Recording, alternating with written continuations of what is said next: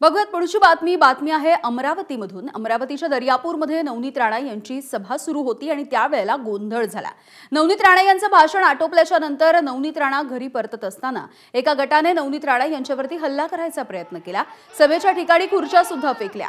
त्यांच्या जिल्हाधिकाऱ्यांवरती सुद्धा हल्ला करण्यात आलाय आणि या प्रकरणी 48 जणांवरती गुन्हा दाखल झालाय। 2 ते 3 जणांना ताब्यातही घेण्यात आलाय।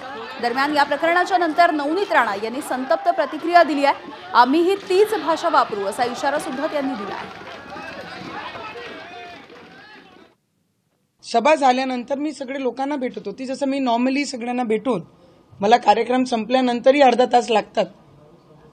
खाली आली, कॉन्स्टेबल महिला होत्या, त्यांच्यासोबत बोलली। ते बोलताना सरळ तिथून कि तेरे को मार देंगे, तेरे को काट देंगे। बोली शांत रखो भैया, कोई किसी को कुछ गड़बड़ नहीं करनी है, तुम कुछ भी क्रिएशन यहाँ करो मत।